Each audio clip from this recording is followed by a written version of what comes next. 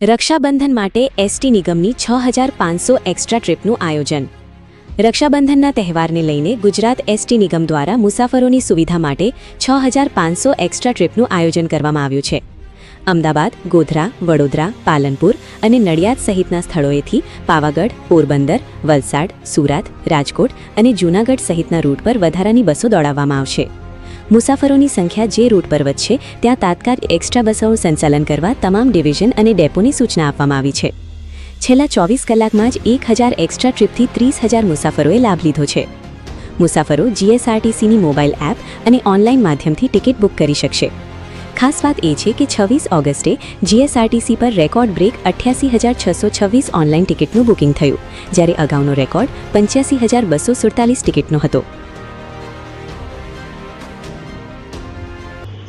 આગામી સમયમાં આવનાર રક્ષાબંધન અને જન્માષ્ટમીના તહેવારોને ધ્યાને રાખીને નિગમ દ્વારા એક્સ્ટ્રા ટ્રીપો અને બસોનું આયોજન કરવામાં આવેલું છે। તેમાં રક્ષાબંધનમાં 26/8/2026થી 30/8/2026ના સમયગાળા દરમિયાન એક્સ્ટ્રા બસોનું સંચાલન કરવામાં આવ્યું છે, જેમાં 6500 જેટલી એક્સ્ટ્રા ટ્રીપોનું આયોજન કરવા તમામ વિભાગોને સૂચના આપવામાં આવી છે। તેમાંથી મહત્તમ સ્થળ જેવા કે સુરત, નડિયાદ, અમદાવાદ, ગોધરા, પાલનપુર જેવા સ્થળોથી મુસાફરોને તેમના ગંતવ્ય સ્થળે જવા માટે પાવાગઢ, પોરબંદર, વલસાડ, સુરત જેવા સ્થળો માટે આયોજન કરવામાં આવેલું છે।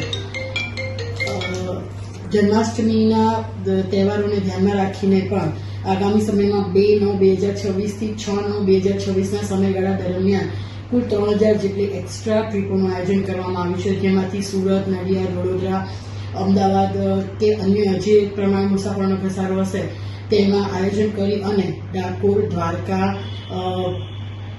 માધવપુર અને શામળાજી જેવા સ્થળોનું આયોજન કરવામાં આવેલું છે।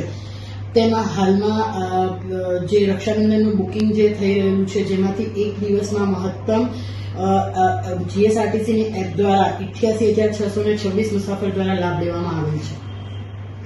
ઓનલાઈન બુકિંગ થઈ રહ્યું છે એમાં? હા, જીએસઆરટીસી એપ દ્વારા બુકિંગ કરવામાં આવેલ છે।